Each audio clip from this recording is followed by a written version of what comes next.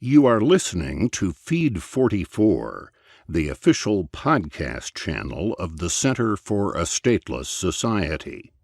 C4SS is an anarchist think tank and media center. For more information, please visit c4ss.org. Whatever's going on in Oregon, it's not terrorism. Written by Sheldon Richman and published to c4ss.org on January 10th, 2016. Read by Stephen Leger. A key to understanding the political world lies in realizing that the words terrorism and terrorist are inherently political terms. This has been clear in international affairs, but we now see this in domestic matters, specifically the case involving ranchers Dwight and Steve Hammond and the takeover of a U.S. Fish and Wildlife Service building in Harney County, Oregon.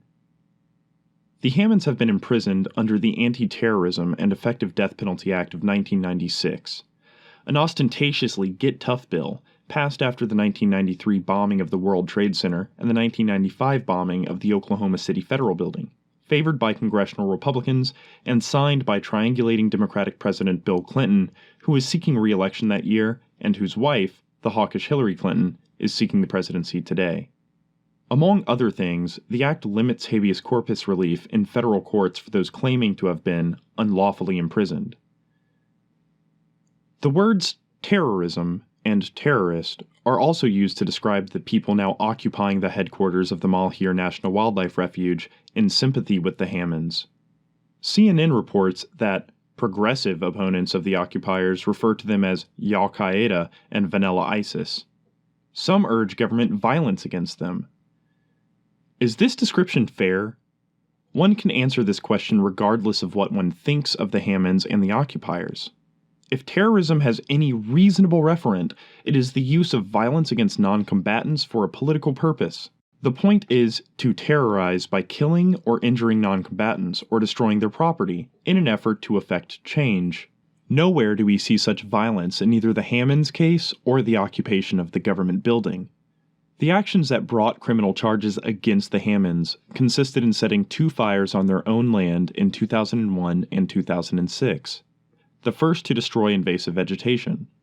The second ostensibly to protect against a wildfire on adjacent land controlled by the central government. On both occasions, the fires unintentionally spread to the government-controlled land.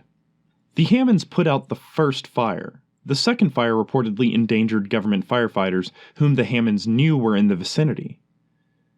Even if we grant the worst allegations, that the Hammonds wrongfully declined to inform the government that it would be setting the fires and that one fire was allegedly set to cover up poaching, the actions look nothing like terrorism. No one was intentionally threatened and no one was injured or killed. So why were the cases prosecuted under the Anti-Terrorism and Effective Death Penalty Act, which carries a mandatory minimum sentence of 5 years? The trial judge refused to impose the mandatory minimum, but the government appealed after the Hammonds had served their terms, and they were returned to prison, sparking the protest. Even if we make the dubious concession that the act was a good-faith attempt to fight bona fide terrorism, what does it have to do with the Hammonds? As for the occupiers of the government building, who now call themselves Citizens for Constitutional Freedom, again, where's the terrorism? Yes, some occupiers are armed, but the building was unoccupied when they entered it, and no one was threatened, much less harmed or killed. It's reported that roads around the building are open. The news media come and go at will. In neither case was anyone terrorized. To be sure, the occupiers have a political objective to pressure the central government into giving up control of its massive landholdings. Terrorism, however, requires a particular kind of violence, along with a political motive. Critics describe the occupiers as white supremacists. I don't know if they are.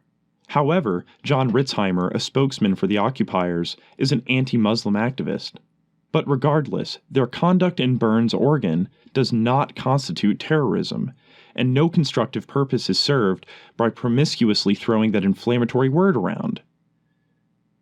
I'll leave, for another time, the controversy surrounding the government's landholdings, except to say that one need not regard all governments as illegitimate, as I do, to see something wrong in the U.S. government's control of so much land, especially in the West, holdings acquired through forcible preemption, while white ranchers and anti-U.S. government activists claim that their rights and the state of Oregon's rights have been usurped by the central government.